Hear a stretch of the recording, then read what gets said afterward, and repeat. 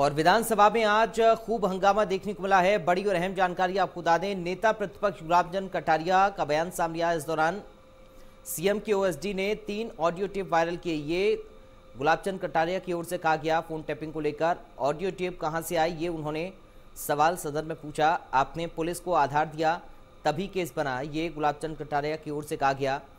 सिर्फ सुरक्षा के मामले में फोन टैपिंग का अधिकार है, ये भी उनकी ओर से कहा गया है। तो नेता प्रतिपक्ष गुलाब चंद कटारिया ने फोन टैपिंग को लेकर ये बातें सदन में कही हैं। सीएम के ओएसडी ने 3 ऑडियो टेप वायरल किए। ऑडियो टेप कहां से आए, इस बात का सवाल पूछा गुलाब चंद कटारिया ने।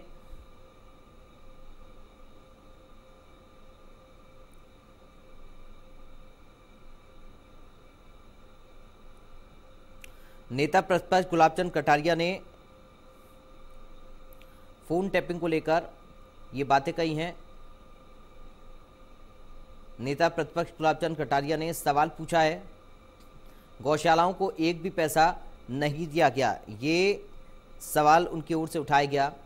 क्या ये बात सही है, ये सवाल उन्होंने पूछा। तो नेता प्रतिपक्ष गुलाब चंद कटारिया ने ये तमाम सारी बातें सदन के अंदर कहीं। ऑडियो टेप को लेकर भी उन्होंने ये कहा कि 3 ऑडियो टेप वायरल किए सीएम के ओएसडी ने। ये टेप कहां से आए, ये उनकी ओर से कहा गया है। आपने पुलिस को आधार दिया तभी केस बना, ये गुलाब चंद कटारिया की ओर से कहा गया। सिर्फ सुरक्षा के मामले में फोन टैपिंग का अधिकार है। तो सदन में फोन टैपिंग पर बहस हुई है। फोन टैपिंग का मुद्दा गरमाया सदन में। गुलाब चंद कटारिया की ओर से ये सवाल पूछा गया कि ये ऑडियो टेप कहां से आए, आपने पुलिस को आधार दिया तभी केस बना, ये तमाम सारी बातें कही गई हैं गुलाब चंद कटारिया की ओर से।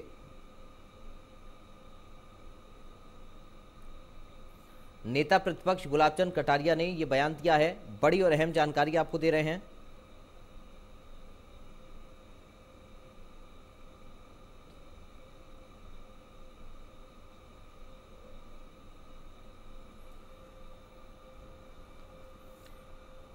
और सतीश पुनिया ने कहा कि फोन टैपिंग एक आपातकाल है, सक्षम अफसर की अनुमति पर फोन टैपिंग हो सकती है, ये सतीश पुनिया की ओर से कहा गया। ये सक्षम अधिकारी कौन है, इसका सवाल पूछा सतीश पुनिया ने। किस अधिकारी के इशारे पर फोन टैपिंग हुई है, ये सतीश पुनिया ने मुद्दा उठाया। बीजेपी प्रदेश अध्यक्ष सतीश पुनिया ने जो बातें सदन के अंदर कही हैं वो हम आपको बता रहे हैं। पुनिया ने कहा कि फोन टैपिंग एक आपातकाल है, सक्षम अफसर की अनुमति पर फोन टैपिंग हो सकती है। और किस अधिकारी के इशारे पर ये फोन टैपिंग हुई, ये सवाल उन्होंने पूछा। ये सक्षम अधिकारी कौन है, किस अधिकारी के इशारे पर फोन टैपिंग हुई है। बीजेपी प्रदेश अध्यक्ष सतीश पुनिया का बयान सामने आया। इस दौरान ये बातें सतीश पुनिया की ओर से कही गई हैं। फोन टैपिंग को लेकर उन्होंने तमाम सारी बातें कही और पूछा कि किस अधिकारी के इशारे पर फोन टैपिंग की गई।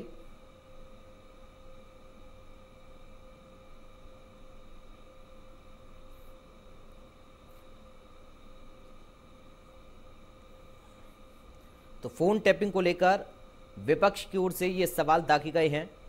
गुलाब चंद कटारिया ने तमाम सारी बातों का जिक्र किया। इसके साथ ही सतीश पुनिया ने भी ये बातें रखी हैं सदन में और ये पूछा कि किस अधिकारी के इशारे पर फोन टैपिंग हुई है। इस राज्य का मुख्यमंत्री कहता है, गृह सचिव कहता है, मुख्य सचिव कहता है, तो आखिर ये फोन टैपिंग हुआ कैसे?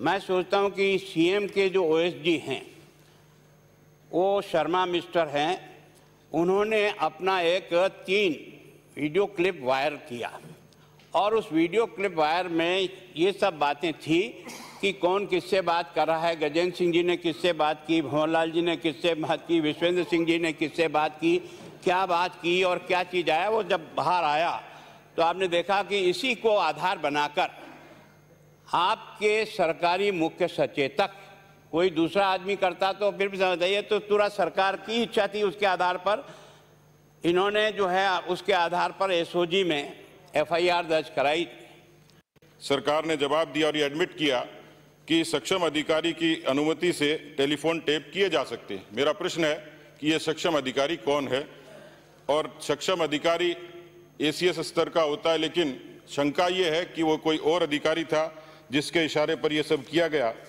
मैं निवेदन करना चाह रहा हूं माननीय अध्यक्ष महोदय, बहुत संक्षेप में, कि जो माननीय नेता प्रतिपक्ष ने सवाल उठाया, या तो वो वीडियो क्लिप फैब्रिकेटेड थी, गलत थी, और यदि वो गलत थी तो उसका इस्तेमाल माननीय सत्ता पक्ष के लोगों ने किस रूप में किया, और यदि वो सोर्स ठीक नहीं था तो ये टैप आए कहां से, ये बताएं। इस पर भी उनके खिलाफ जो एफआईआर अशोकनगर थाने में दर्ज हुई है जुलाई 17 में, उस पर अभी तक क्या कार्रवाई हुई, जिन लोगों के खिलाफ वो एफआईआर दर्ज हुई है। और मैं चाहता हूं कि ये बताएं कि टेप असली थे और क्या टेप किए जा रहे थे।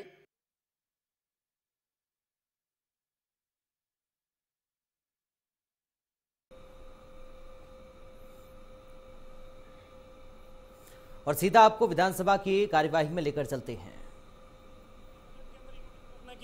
कि पूर्ववर्ती सरकार ने जिस तरीके से गौरव पथ बनाएंगे उसी तर्ज के ऊपर हम भी विकास पथ बनाने का काम करेंगे। लेकिन वास्तविकता धरातल के ऊपर सभापति महोदय आज भी यह है कि इन्होंने कहा था कि 5 साल के अंदर हम एक भी ग्राम पंचायत मुख्यालय ऐसा नहीं छोड़ेंगे जहां के ऊपर विकास पथ नहीं बने। 2 साल बीत चुके, 3 बजट आ चुके, लेकिन इन तीनों बजटों के अंदर आज भी सदन के कई मान्य सदस्य अनौपचारिक चर्चा के अंदर ये कहते हैं कि हमारी सरकार ने घोषणा जरूर की थी, लेकिन एक विधानसभा क्षेत्र के अंदर एक गौरव पथ विकास पथ अगर गलती से कहीं बन गए हो तो बन गए हो, लेकिन एक विधानसभा के अंदर लगभग 40 से 50 ग्राम पंचायतें हैं। 2 साल बीत चुके, 3 बजट इनके आ चुके, 1 या 2 ग्राम पंचायतों के अंदर जरूर इनके विकास पथ बने होंगे, लेकिन आज शेष ग्राम पंचायतें उन विकास पथ की इंतजार के अंदर खड़ी हुई है। सभापति महोदय, सरकार हमारी भी 2013 से लेकर 2018 तक रही।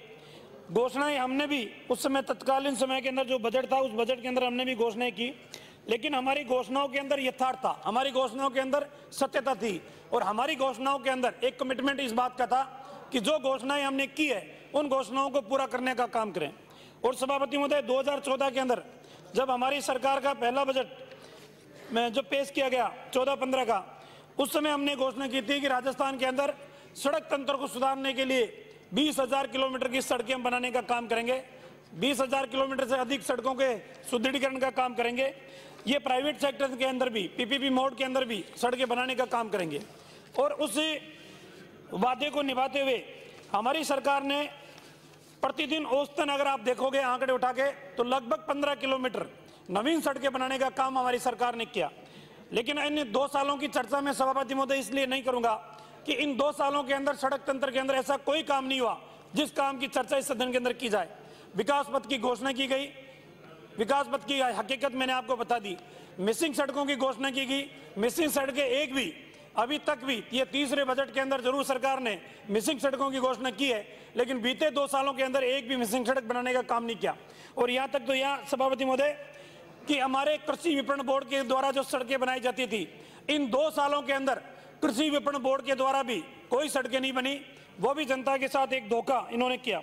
और सभापति महोदय, हमारे सरकार के समय जो घोषणा की गई कि राज्य की 9,000 से अधिक ग्राम पंचायतें तत्काल समय में थी, उन सब सड़कों के अंदर मुख्यालय में 0.5 से 2 किलोमीटर लंबी सड़क आने वाले 3 वर्षों के अंदर हम कंप्लीट करने का काम करेंगे। हमने हमारे सरकार के समय जो वादा किया उस वादे को निभाने का काम किया। 2015-16 के अंदर हमने वादा किया था कि डूंगरगढ़ से सरदार शहर राजगढ़ होते हुए श्री गंगानगर, रायसिंह, बीकानेर, दूदू, मालपुरा, टोडा रायसिंह, दर्रा, खानपुर, अकलेरा, सीकर, लाडनू, नौका, इनको अंदर जन सहभागिता के आधार के ऊपर ये राष्ट्रीयकृत मार्ग घोषित किए गए थे। इन राष्ट्रीयकृत मार्गों को पर भी निजी सहभागिता से सड़कों का निर्माण किया गया, सुदृढ़ीकरण किया गया। 2016-17 के बजट के अंदर भी जो घोषणाएं हमने की, चाहे वो मिसिंग सड़क की हो, चाहे रोड रिपेयरिंग की हो, चाहे नवीन राष्ट्रीय मार्गों की हो, चाहे मेगा हाईवे की सड़कें बनाने की हो, वो सारी घोषणाएं हमने पूरी की है। और हकीकत में सभापति महोदय, अगर मैं बात करूं कि इन बजट के अलावा सरकार ने 2 साल में कुछ नहीं किया, लेकिन इनकी सरकार 2008 से लेकर 13 तक थी, और 2008 से लेकर 13 तक की अगर मैं तुलनात्मक विवरण दूं आपके सामने से, तो हमारे सभापति महोदय दिसंबर 2013 से जून 2018 तक सड़कों के विकास कार्यों पर समग्र विकास हमने 24,498 करोड़ रुपए खर्च किए, जबकि इनकी सरकार 2008 से 13 तक रही, इन्होंने सिर्फ 14,944 करोड़ रुपए खर्च किए। सड़कों के विकास के तहत हमारे शासनकाल के अंदर जो 13 से 18 तक रहा, 62,076 किलोमीटर सड़क हमने बनाई। इन्होंने 5 साल के अंदर सिर्फ 55,446 किलोमीटर सड़कें बनाने का काम किया।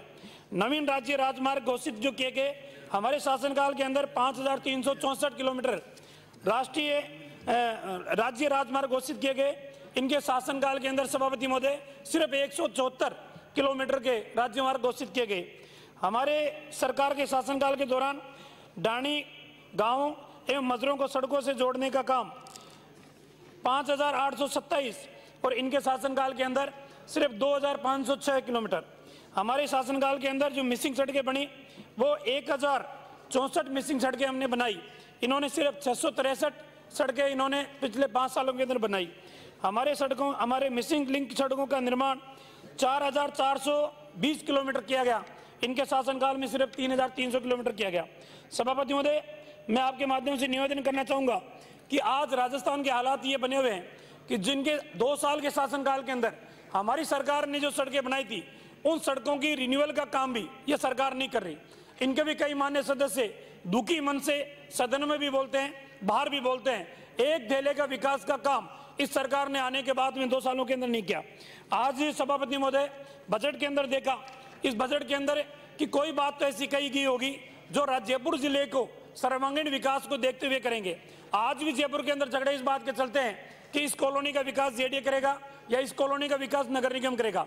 जेडीए कहता है ये मेरी पेरीफेरी के अंदर नहीं है, ये नगर निगम सड़क बनाने का काम करेगी। नगर निगम कहता है कि ये मेरा पेरीफेरी के अंदर नहीं है, इसका जेडीए सड़क बनाने का काम करेंगी।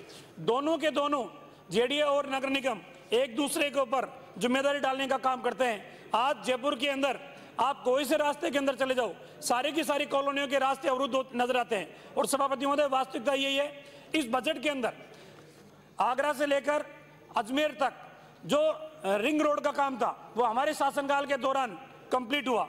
लेकिन इस सरकार से उम्मीद ये थी कि जयपुर की लाइफलाइन अगर कही जाएगी तो ये रिंग रोड कही जाएगी।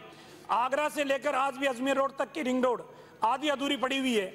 हम सोच रहे थे कि इस सरकार ने आने के बाद में कुछ तो नैतिकता के आधार के ऊपर ये विकास को प्राथमिकता देंगे, लेकिन इस बजट के अंदर सिर्फ घोषणा किस बात की गई, रिंग रोड बनाने की घोषणा नहीं की सभापति महोदय।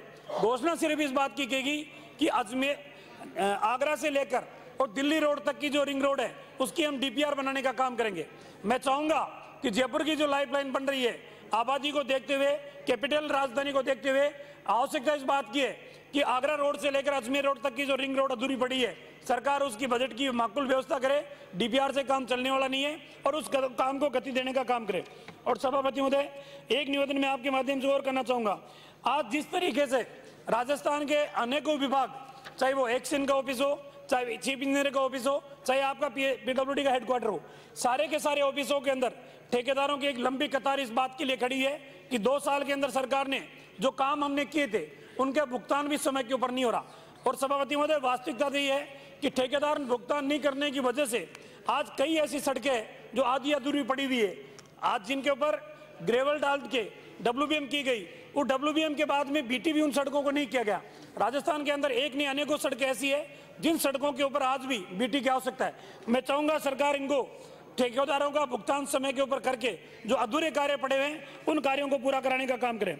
एक सभापति महोदय, हमारे तंत्र को इस तरीके से भी सुदृढ़ करने की आवश्यकता है कि कई ठेकेदार ऐसे हैं जो बिलो रेट से, जो बीएसआर की रेट है या उससे बिलो जाकर ठेका तो छुड़ा लेते हैं, लेकिन गुणवत्ता की सड़कें बनाने में नाकाम है। समय परिस्थितियों को देखते हुए वो गारंटी पीरियड के अंदर सड़कें टूटती हुई नजर आती है। मैं चाहूंगा कि राजस्थान सरकार कोई ऐसा पैमाना तय करे कि सड़कें जो बने वो मजबूत बने, जो उनकी अवधि है उस अवधि से पहले वो क्षतिग्रस्त नहीं हो, और इसके अंदर जो भी कोताही बरतने वाले, चाहे ठेकेदार हो चाहे इंजीनियर हो, उनके खिलाफ भी सख्त कार्रवाई करने का एक पैमाना तय करें। और सभापति महोदय, मेरे क्षेत्र की मैं चर्चा आपके माध्यम से मैं करना चाहूंगा कि राजस्थान के अंदर सरकार कई बार बड़ी बड़ी घोषणाएं करती है। 2012 के अंदर चौमू से लेकर दूदू का मेगा हाईवे सड़क का निर्माण कार्य शुरू हुआ था। 8 साल बीत जाने के बाद भी सभापति महोदय वो मेगा हाईवे का काम अधूरा पड़ा हुआ है, और उस सड़क के ऊपर अधूरा पड़ा होने की वजह से आए दिन दुर्घटनाएं घटित होती रहती है। हड़ौता से लेकर रेनवाल सड़क का ये मेगा हाईवे, मैं चाहूंगा कि 8 साल बीत चुके, उसके बावजूद भी अधूरा है, वो भी समय रहता पूरा हुए। आज भी जयपुर के अंदर कई कस्बे ऐसे हैं जिन कस्बों के अंदर बाईपास बनना जरूरी है। मैं चाहूंगा कि आने वाले समय के अंदर राजस्थान की सरकार इन शहरों का सर्वे कराकर जहां यातायात की सुगमता का रास्ता हो सकता है उन